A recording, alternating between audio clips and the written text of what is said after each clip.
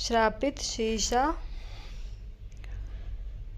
विशाल, अंदर लाओ थोड़ा सा और अंदर।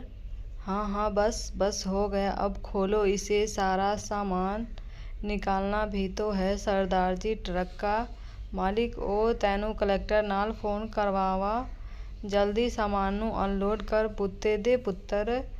उसका नौकर ट्रक से सामान उतारकर विशाल के नए घर में शिफ्ट करने लगता है। विशाल, अरे अब तो खुश होना, कैसा लगा नया घर? ये सब एंटीक सामान है, खुश तो होना तुम। रिया, बहुत हो गई तुम्हारी बदमाशी, अब बाहर जाओ और खाने का सामान लेकर आओ, वरना तुम्हारे प्रोफेसर को भूखा ही वापस जाना पड़ेगा।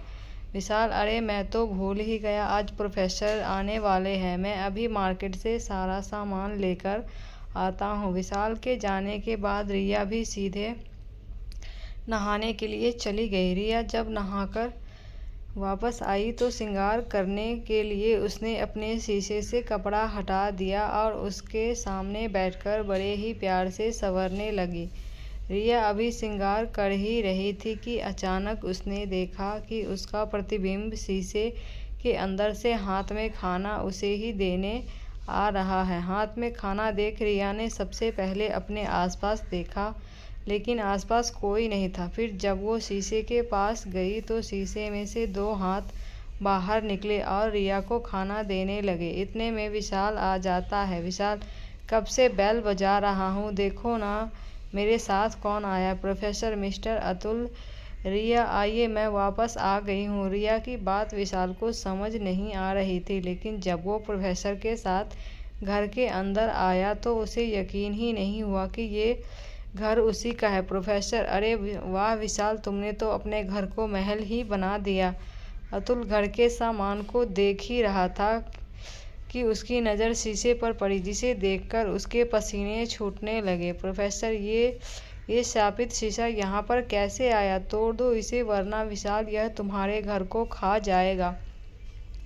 अतुल शीशे को देख बगल से फूलदान उठाता है और गुस्से में शीशे की तरफ जैसे ही फेंक देता है, अतुल का यह वार खाली चला जाता है। उसने जैसे ही फूलदान शीशे की तरफ फेंका, उसके अंदर से एक और रिया बाहर निकल आई और उसने वो फूलदान पकड़कर दोबारा अतुल की तरफ फेंक दिया, जिसके लगते ही अतुल बेहोश हो गया।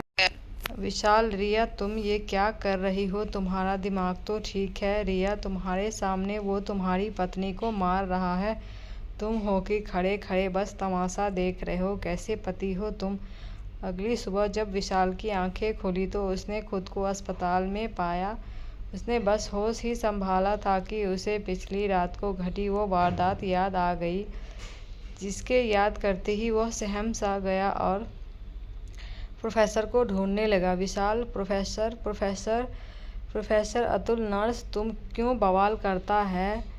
तुम जिसको ढूंढ रहा है वो तो दूसरे आईसीयू वार्ड में है, जाओ जाकर मिल लो। विशाल, प्रोफेसर मेरी पत्नी रिया को क्या हो गया है? अब वो इस तरह से क्यों बर्ताव कर रही है? और मेरे जाने से पहले घर में इतना सामान तो नहीं था, फिर अचानक से वो झूमर कहाँ से आ गए? प्रोफेसर, क्योंकि विशाल, जो तुम्हारे घर में है वो मिस्र की रानी का काला जादू शीशे में कैद है। जिस किसी शख्स की परछाई उस शीशे पर पड़ती है, उसकी परछाई उस शीशे में हमेशा के लिए कैद हो जाती है और वो मिस्र की रानी उसकी परछाई से कुछ भी करवा सकती है। विशाल, तो क्या मेरी पत्नी की परछाई उस मिस्र की रानी ने शीशे में कैद कर ली है? प्रोफेसर, मगर जिस किताब में मैंने इसे पढ़ा था उसमें इसका तोड़ भी लिखा था।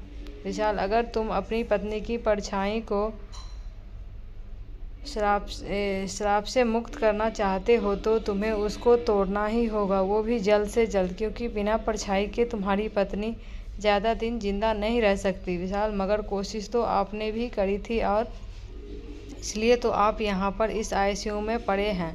विशाल घर आया तो उसने देखा कि रिया आराम से बिस्तर पर सो रही है। उसका फ़ायदा उठाते हुए विशाल ने शापित शीशे को पहले बड़े कपड़े से ढका, फिर उस शापित शीशे को एक बड़े शीशे के सामने खड़ा कर दिया। विशाल, शैतान, तुमने मेरी पत्नी की परछाई को कैद किया और मैं कहता हूँ मेरी पत्नी की परछाई को आज़ाद कर, वरना मैं ये शीशा तोड़कर तुझे और तेरी ताकत को हमेशा हमेशा के लिए ख़त्म कर दूँगा, समझे?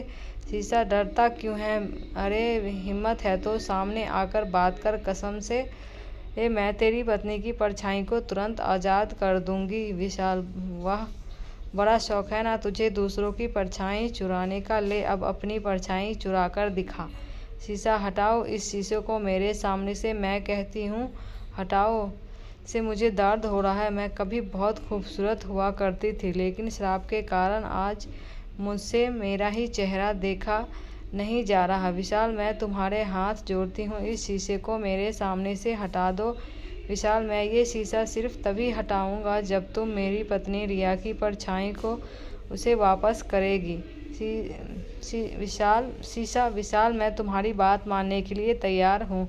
लो, मैंने तुम्हारी पत्नी की परछाई वापस कर दी, अब जल्दी हटाओ। विशाल: तूने लोगों को तो बहुत परेशान किया है ना, उन्हें बहुत तकलीफ दी है, अब उन सब का हिसाब चुकाने का वक्त आ गया है। शीशा: विशाल, जल्दी से शीशे को मेरे सामने से हटाओ। विशाल उस शीशे को नॉर्मल शीशे पर धक्के से फेंक देता है, जिससे दोनों शीशे एक दूसरे से टकराकर टूट जाते हैं और ज़मीन पर गिरे सभी टुकड़ों से काली रोशनी निकलने लगती है, जिसमें से अलग अलग लोगों की काली परछाई चीखते हुए बाहर आकर पूरे कमरे में उड़ने लगती है। विशाल ये सब देखकर पूरी तरह डर जाता है। शीशे से निकली परछाई इतनी ज़्यादा शक्तिशाली थी कि उसने विशाल को भी हवा में उड़ा दिया था, और ना चाहते हुए भी विशाल उस काली शक्तियाँ की वजह से श्रापित शीशे से निकली काली रोशन में समाने जा ही रहा था कि तभी रिया ने विशाल का हाथ पकड़ लिया और वापस उसे खींचकर अपने गले लगाते हुए कहा। दोनों के गले लगते ही सारी काली शक्तियाँ गायब हो जाती हैं। रिया: विशाल, मेरे होते हुए तुम्हें कुछ नहीं हो सकता, हमारा प्यार ही हमारी ताकत है। I love you Vishal, I love you too Riya.